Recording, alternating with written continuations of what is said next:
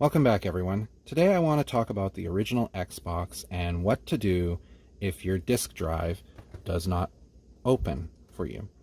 Normally, the solution is just to take a paperclip here, and there's this little hole right here located below the disk drive. I'm not sure if that's going to show up very well. There it is. Normally, you would just take a paperclip and stick it in there, and the drive should open. But what happens when that doesn't work? Well, I am going to open up this Xbox and show you what is actually going on inside and why this does not work. So, in order to get into the original Xbox, you are going to need just a few tools. First off, a Torx screwdriver. You can get these any hardware store, really. I got this one at Home Depot for about $15.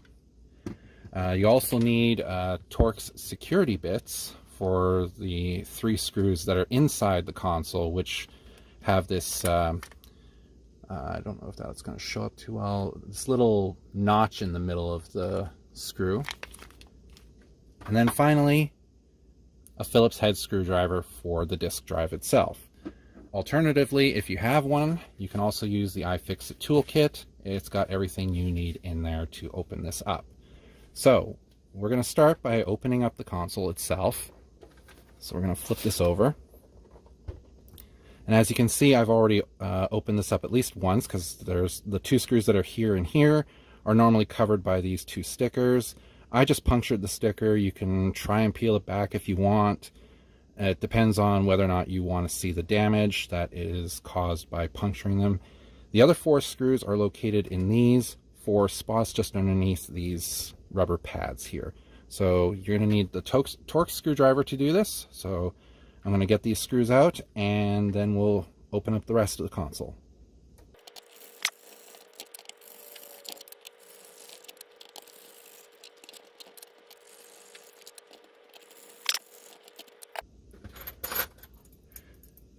Now that we have all the screws out, you can see here that they are all exactly the same length, so it doesn't matter what order they go back in, which is good.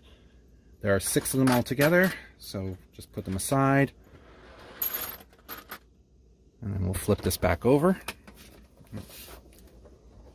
And then we're going to open up the top cover here.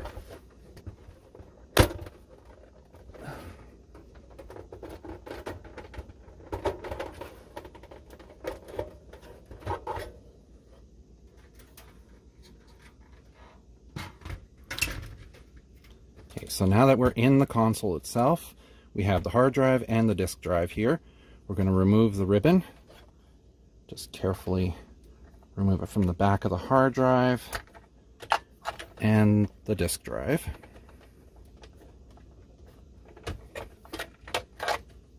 You can just leave it like that because we don't need to go very far in here after. Next up, we're going to get the screws out. There's a screw here, here, and here. So we're going to get those out right away. And this is where you need the security bit to get to them.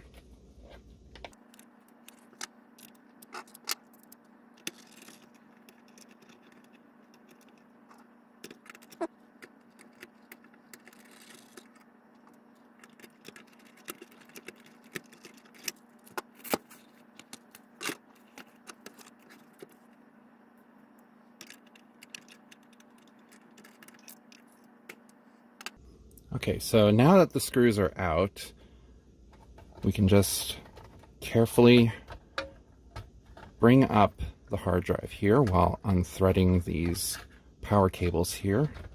You don't have to unplug the power cable from the hard drive, although it does make it a little bit easier to remove it. But if you're just wanting to get to the disk drive, you do have to move the hard drive out of the way, at least temporarily. So we're going to flip this over and just lay it off to the side there, and that gives us access to the disk drive. Now the disk drive has the power cord still in there, so you just got to carefully remove that, like so. And now we're going to look at the disk drive itself. Now you can see right here, there's a little mark where the paperclip was hitting. This is why the manual eject does not work on this particular model. So we're going to remove this cover here. And now we have access to the 4 screws that are keeping this closed. So we need a Phillips screwdriver to open that. Just going to move this aside a little.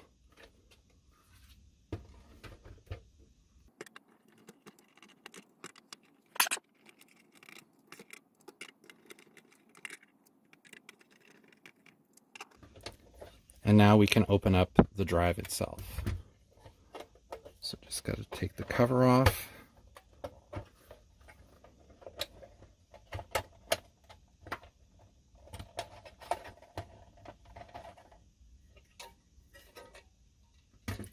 And now we have access to the drive.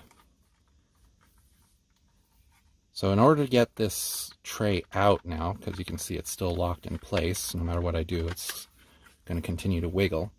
We have to try and get this little greenish colored, maybe blue, I'm not sure, teal colored lock out of the way. So just take that off there.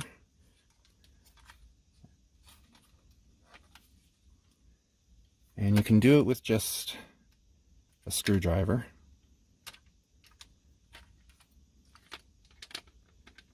And it's still going to be a little bit of a pain to get it all the way, but if you push hard enough, now the drive comes completely open here. You can see here the elastic that opens and closes the drive. As I move the tray back and forth, it spins. This elastic is the cause of the majority of the problems where the disk drive fails to open. For this particular model, you can see that the elastic is partially covered by the disk drive itself, so you do need a pair of tweezers to get this out. You can either get a replacement off of Amazon or any other website or store that sells these types of things, or you can attempt to repair this one, which is usually just putting it into boiling water. I did that a couple of times already, where all you really need to do is just boil some water in your kettle, put it into a cup, drop this in, leave it in there for 2-3 minutes, and then put it back in here. Now you're going to want to use tweezers when you're putting it back, because you don't want oils from your fingers to get on the elastic as you're putting it back in. And then it's going to be a little bit of a fight, because once again you got this obstructing the way to get in there. But once you have this either replaced or repaired, then you can close it all up and then just reverse the process to put the Xbox back together. So we're going to do that now and just put it back together. And as you can see, it's a fairly easy process to do.